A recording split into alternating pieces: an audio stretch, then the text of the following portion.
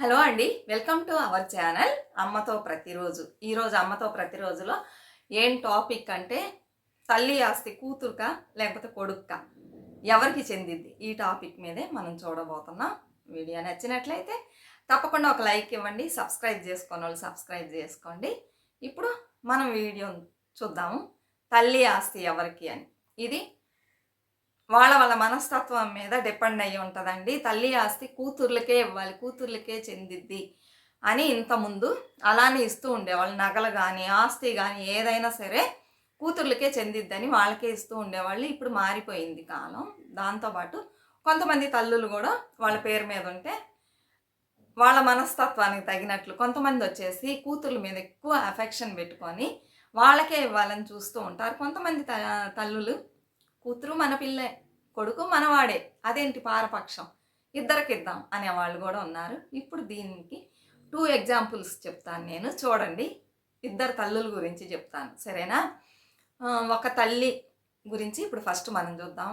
ఏమంటే ఒక wife and husband ఉంటారండి. హస్బెండ్ ఏం చేస్తాడంటే వైఫ్ అంటే చాలా అఫెక్షన్ అనమాట. అందుకని ఆవిడని మ్యారేజ్ చేసుకొని వచ్చిన తర్వాత ఈయన కొంచెం కొంచెం బాగా కలిసి రావడం స్టార్ట్ అయింది.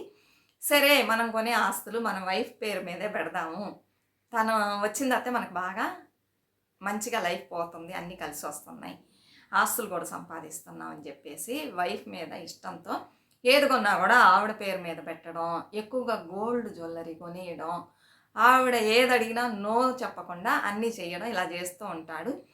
ఇప్పుడు ఒకళ్ళ పేరు మీద ఒక లిమిట్ దాటేంత వరకు పెట్టకూడదు. ఒక మనిషికి ఇంత ఆస్తి ఉండాలి, దీనికి పైన ఉండకూడదని ఉంది కదా. కొన్ని ఆయన పేరు మీద, కొన్ని భార్య పేరు మీద ఎక్కువగా ఉన్నాయి. ఇప్పుడు ఈవిడికి వచ్చి ఒక కూతురు ఒక కొడుకు. ఇప్పుడు ఏం చేస్తుంది ఏమని చూద్దామా. ఏమంటే ఇప్పుడు ఆస్తులన్నీ ఈమె పేరు మీద ఉంది. కూతురికి మ్యారేజ్ చేస్తారు, గ్రాండ్గా సూపర్గా ఒంటి నిండా నగలేసి అన్నీ ఇచ్చి ఏ కొరత లేకుండా బాగా మ్యారేజ్ చేసేసారు. తర్వాత కొన్ని రోజులకి కొడుక్కి మ్యారేజ్ చేశారు. కోడలు వస్తుంది, మంచి కోడలు, కూతురులాగా చూసుకుంటుంది, తల్లిలాగా. అందుకని ఈవిడికి కోడలు అంటే కూడా చాలా అభిమానం అన్నమాట. ఇప్పుడు ఏమవుతుంది, వీళ్ళకి వయసు వచ్చేసింది, వయసు పెరిగిపోయింది. ఇంకా మన పేరు మీద ఆస్తులు పెట్టుకోవడం మంచిది కాదు. ఎప్పుడు ఏ సమయం ఎలా ఉంటుందో తెలియదు. ఆ తర్వాత ఈ పిల్లలు ఇద్దరు కొట్టుకోవచ్చు. తల్లి పేరు మీద ఉంది, మొత్తం నాకే రావాలని. రేపు మన అమ్మాయి అడిగింది అనుకోండి, ఇప్పటి వరకు అన్నా చెల్లెళ్ళు బాగున్నారు ఐక్యమత్యంతో. రేపు ఫ్యూచర్లో డబ్బు మనుషుల్ని ఎలా అయినా మార్చవచ్చు. వీళ్ళ ఇద్దరి మధ్య అభిప్రాయ భేదాలు వచ్చినాయి అనుకోండి, వీళ్ళు రోడ్డుకు కూడా రావచ్చు ఆస్తుల గొడవల వల్ల. దానివల్ల మన పేరు డ్యామేజ్ అవుతుంది. అలా కాదు, మనం ఇప్పుడే ఎవరెవరికి ఏమేమని విభజించి ఇచ్చేద్దాం, గొడవలు లేకుండా ఇద్దరిని పిలిచి, సరేనా అని డిసైడ్ అవుతారు. ప్రతి తల్లిదండ్రులు వాళ్ళకి ఏజ్ పెరిగేటప్పుడు పిల్లలకి ఏమేమి ఇవ్వాలనుకున్నారో వాళ్ళని పిలిచి మంచిగా మాట్లాడి వాళ్ళకి ఇవ్వడం మంచిదండి. కొంతమంది తల్లిదండ్రులు అలానే వదిలేస్తారు. వాళ్ళకి ఏమైనా అయిందనుకోండి, ఈ పిల్లలు కొట్టుకుంటారండి, ఇది నాకు అది నీకు అని.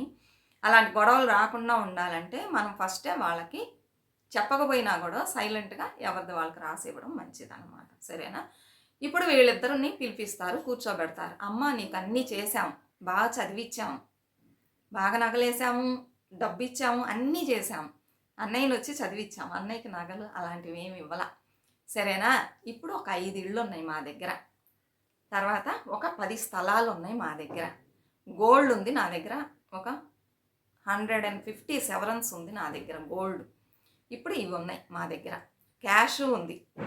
ఇప్పుడు ఎలా మీకు పంచాలి అని అనుకుంటారనమాట. అనుకొని ఇప్పుడు నీకు అన్నీ ఇచ్చేసాం, ఆస్తినే ఇవ్వలేదు కదా. ఇప్పుడు ఇళ్ళు ఉన్నాయి కదా, ఆ ఇళ్ళలో ఇప్పుడు 10 ఉన్నాయి అనుకోండి, ఒక 6 అన్నయ్యకి ఇచ్చి 4 నీకు ఇస్తాను. ఎందుకంటే వాడికి నేనేం చేయలే ఇంతవరకు. పెళ్ళి కూడా అత్తగారింట్లోనే చేసుకున్నారు, చదివించాను అంతే, సరేనా? అలానే స్థలాలు ఉన్నాయి అన్నాను కదా, ఆ స్థలాల్లో చేరి 5 స్థలాలు ఇస్తాం. క్యాష్ ఉంది కదా, అందులో వచ్చి 3 వంతులు అన్నయ్యకి, 1 వంతు నీకు ఇస్తాం. ఇక పోతే గోల్డ్ ఉంది, ఈ గోల్డ్ వచ్చి చెరి సమంగా పనిచేసే, ఎందుకంటే నీకు చాలా వేసాను నేను, అందుకని వదినక సగం నీకు సగం, సరేనా?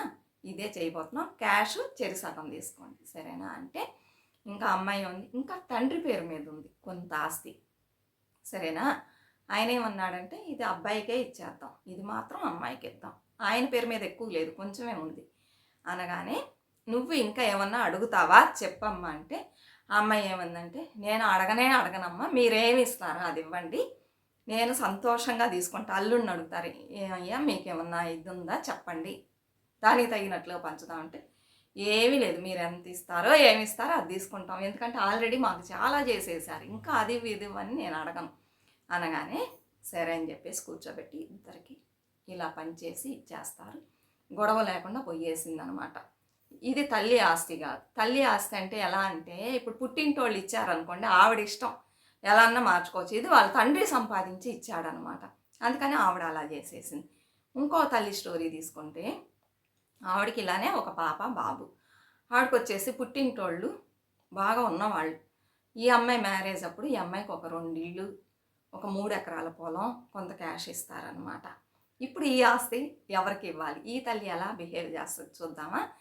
ఈ తల్లి ఏం చేస్తుందంటే, వీళ్ళు బాగా ఉన్నవాళ్ళు అనమాట. వీళ్ళ నాన్న వచ్చి బాగా సంపాదించాడు, ఈ అమ్మాయికి ఏదో కొంత గోల్డ్ వేసేసి కొంత మనీ ఇచ్చి పెళ్లి చేసి పంపించేశారు, పెద్దగా ఏమి ఇవ్వలేదన్నమాట. ఇప్పుడు ఈ తల్లి ఇలానే పిలిచి అడుగుతుంది, బాబు మీ నాన్నగారు బోల్డ్ సంపాదించి పెట్టారు కదా, ఇది ఆస్తి నీకే, చెల్లికి మీరు ఏమన్నా ఇస్తే ఉండు లేకపోతే లేదు. ఇది వచ్చి మా అమ్మ వాళ్ళు ఆడపిల్లని నాకు ఇచ్చారు కదా, ఇది నేను నీకు ఇవ్వను, ఏమీ ఇవ్వను నీకు, మొత్తం చెల్లికే ఇచ్చేస్తా, ఎందుకంటే ఆల్రెడీ నీకు చాలా ప్రాపర్టీస్ ఉన్నాయి, చెల్లికి ఏమి ఇవ్వలేదు కదా, గొడవలు వస్తాయి కదా. ఇది వచ్చి మీ నాన్న నాకు సంపాదించి ఇవ్వలేదు, నేను సంపాదించింది కాదు, ఇక్కడ డబ్బులు దాచిపెట్టి. ఇది వచ్చేసి పూర్తిగా మా అమ్మ వాళ్ళు నాకు ఇచ్చారు, అమ్మ వాళ్ళు నాకు ఇచ్చింది నేను నా కూతురికి ఇస్తున్నా, నీకేమన్నా అబ్జెక్షనా అని అడిగితే ఈ కొడుకు చెప్తాడు అబ్జెక్షన్ లేదనేసాడు. ఎందుకంటే అది వాళ్ళ అమ్మ తనకిచ్చింది, తన ఇష్టం, కొడుక్కి ఇవ్వచ్చు కూతురికి ఇవ్వచ్చు, ఎవరికైనా ఇవ్వచ్చు. కానీ ఇక్కడ తల్లి వచ్చేసి నేను నా ఆస్తిని కూతురికే ఇస్తా, అమ్మమ్మ ఆస్తి మనవరాలకే చెందాలి, నేను ఇస్తానని. ఆ కొడుకు ఇవ్వమన్నారు, ఆమెకేముందో అది ఇచ్చేశారనమాట. ఇక్కడ వచ్చేసి కొంతమంది పేచీలు పెడతారు, అదేంటి మొత్తం చెల్లికేనా, నాకు కూడా ఇవ్వాలి అని పేచీలు పెడతారు. యాక్చువల్గా చాలా కాలంగా ఏమొస్తుందంటే, అమ్మ పేరు మీద ఉంది కూతురికి ఇవ్వడమే ఆనవాయితీగా వస్తుందన్నమాట.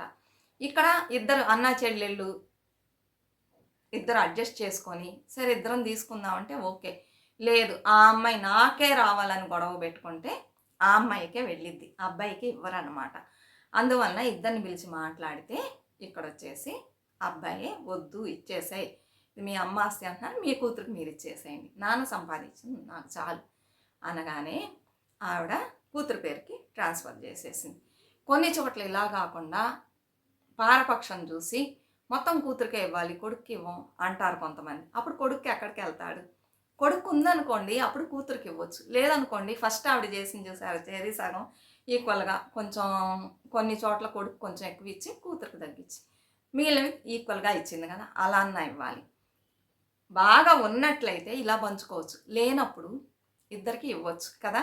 మరి ఆ అబ్బాయి ఎక్కడికి వెళ్తాడు చెప్పండి? ఏమీ లేకుండా కష్టపడాలి ఆ అబ్బాయి, మొత్తం కూతురికి ఇస్తే అది తప్పు కదా. ఇలా కొన్నిళ్లలో అడ్జస్ట్ చేసుకొని అన్నా చెల్లెళ్ళ మధ్య ఒక మంచి అండర్స్టాండింగ్ ఉండటం వలన గొడవలు లేకుండా పోతుంది. కొన్ని చోట్ల అస్సలు కొంతమంది అమ్మాయిలు ఒప్పుకోరు, లేదు అమ్మ ఆస్తి మొత్తం నాకే రావాలి, నేను ఎటువంటి సంతకాలు పెట్టను అని చెప్పేసి బాగా అసలు కోర్టుల వరకు వెళ్ళే వాళ్ళు కూడా ఉంటారు.